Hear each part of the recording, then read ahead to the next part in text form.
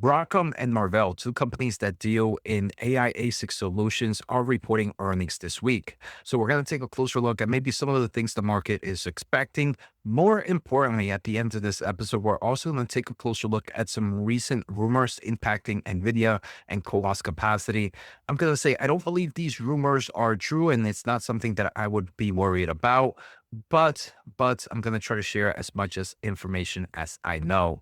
So let's take a closer look. Like always, if you want to learn more about the semiconductor space, make sure to check out my free daily semiconductor newsletter, whatthechip.com. So let's get started. I want to thank The Motley Fool for sponsoring this video, and check out fool.com/Jose for the 10 best stocks to buy now. With that link, you get a promotional offer for the subscription service. Now, let's continue with today's episode. All right, so first we're going to take a closer look at Broadcom earnings. And Broadcom right now is sitting at a market cap of $934 billion. Since kind of its 6-month high, the stock is down roughly 20%, but still in the past 6 months, the stock is up over 30%. Now, Broadcom is reporting earnings on Thursday after the market closes. Now, for those that are not familiar, Broadcom helps AI players or kind of big tech players design their own AI chips. One of their biggest customers is Google with the TPUs. Now, in forms of expectations, the market is expecting about $14.6 billion in revenue, up 22% year over year, and it is expecting about $1.51 in earnings per share, up roughly 37%.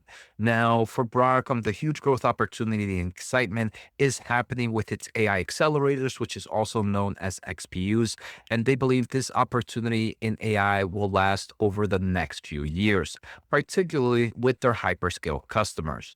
Now, Broadcom expects the AI servable addressable market for XPUs, and networking to reach between $60 to $90 billion by fiscal year end of 2027. And the growth is driven by the deployment of 1 million XPU clusters across a single fabric by each of their 3 hyperscale customers. So they're definitely banking on the AI market. So obviously, one of the fears that is impacting Broadcom could be kind of like the DeepSeek issue. What happens if, and we've kind of heard from other players that the DeepSeek issue is not really an issue in capacity, but still I feel that the market is always worried. Now, with these worries, we do kind of see that maybe that could be creating some valuation compressions and some kind of volatility in the stock.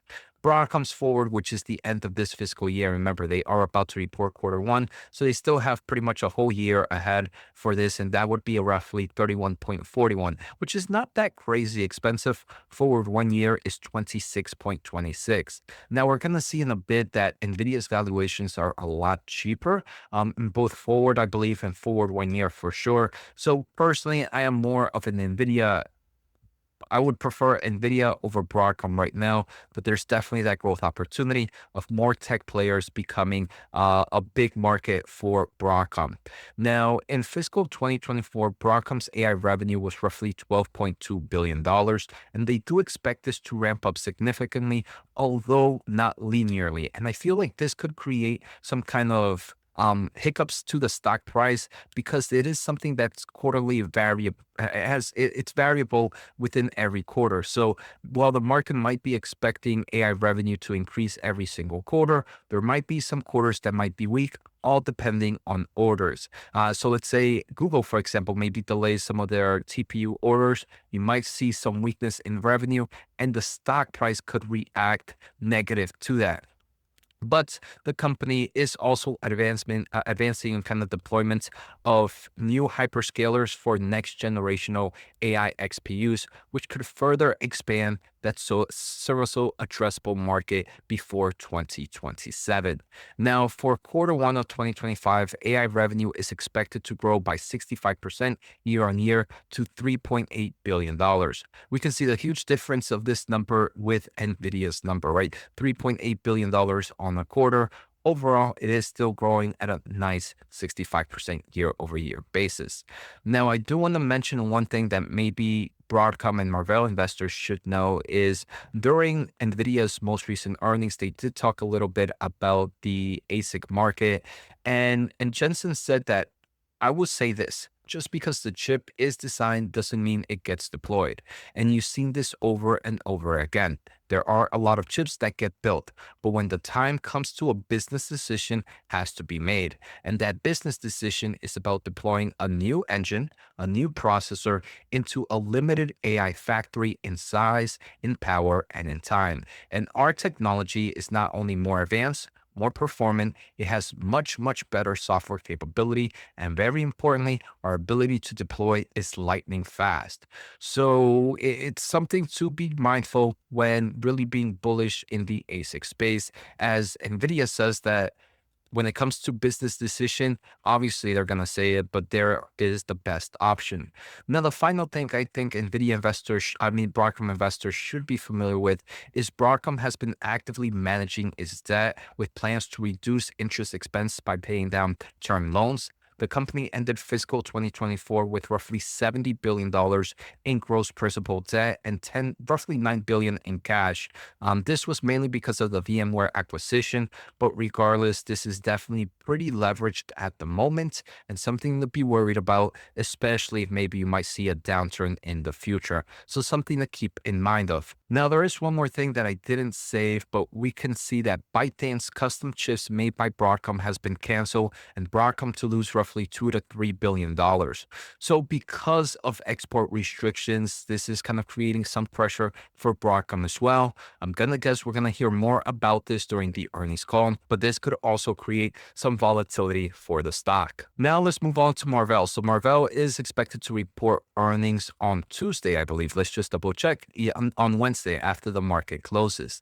Now, Marvell is expected to see revenue of roughly $1.8 billion, up about 26% year over year. Now, Marvell and forward PE ratio is about 32, and forward 1 year is roughly 24.77. Now, some of the great things that Marvell investors should be expecting is they do have this huge agreement to build custom chips for AWS, aka Amazon's clouding business. Now, Amazon has recently mentioned that they're going to increase the amount of ASIC solutions, so this could be a huge revenue driver. Marvell is kind of trying to capture the AI market. Their overall goal is to achieve 20% market share in the custom silicon segment of AI data center, which represents a $40 billion opportunity. Right now, for this fiscal year, they expect to have roughly $1.5 billion, which ends this quarter because they are about to report the quarter of 2025. So I don't think I think that's going to be doable for them. And for the next fiscal year, they're going to expect roughly $2.5 billion in AI revenue. So again, we can see that all these companies are definitely growing at strong levels, but it's not the type of numbers that you might see Nvidia doing. These are actually kind of numbers that AMD is doing. So I think AMD and these players should be more comparable in the AI revenue side. So I would say if I was to choose which one I would be more bullish on right now, I think Marvell, just because it is a smaller player, and because it is a smaller player, I do believe it has a little bit more growth opportunity, especially if Amazon's AWS Trainium 2 chips continue to grow dramatically. Now, the final topic I want to discuss is NVIDIA. And NVIDIA, we can see 27 forward PE ratio, 21.89 forward 1 year, which is next fiscal year, right? So a lot cheaper than some of these other players in both numbers. Now, NVIDIA stock right now is down roughly 16% from its 6-month high. And one of the issues is there are rumors that NVIDIA has cut its COWOS capacity orders from TSMC. And these are rumors we are seeing very often. Now, I want to say COWOS orders are ones that we really can't verify just with news like this. And that's the tricky thing about NVIDIA, right? There are a lot of reports with things happening in the supply chain that one can't very much verify. And that creates a lot of volatility in the stock.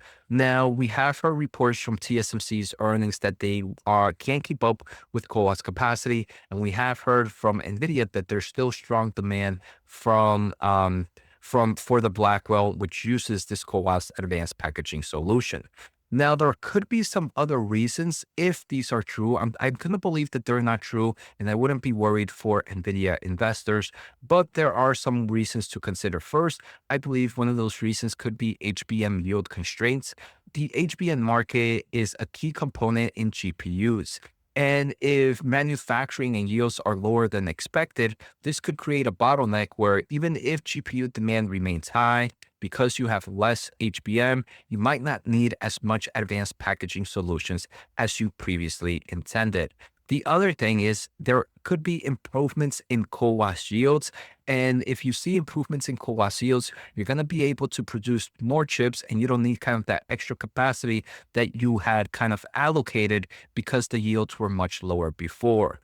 Unfortunately, there could be some relocation of resources. NVIDIA could be shifting towards maybe new packaging technologies or new solutions outside of CoWoS, which I don't think it's the case here. Then the only other thing is kind of that negative issue or that bearish case where maybe demand is shifting. But again, if you want to follow what these companies have said in recent earnings from TSMC, from NVIDIA, that doesn't seem to be the case. So again, I don't think the rumors are true. But if it is, I think it's most likely something to do with the HBM side or with maybe CoWoS yields improving compared to what they previously were expected, or maybe a mixture of both. Regardless, we have heard great demand for Blackwell, and we've also heard kind of great thoughts that the overall supply for CoWoS packaging and advanced packaging from TSMC is still supply limited and not demand limited. So those are the topics I wanted to discuss. I hope you guys enjoy it. Take care. Have a good day and see you all next time.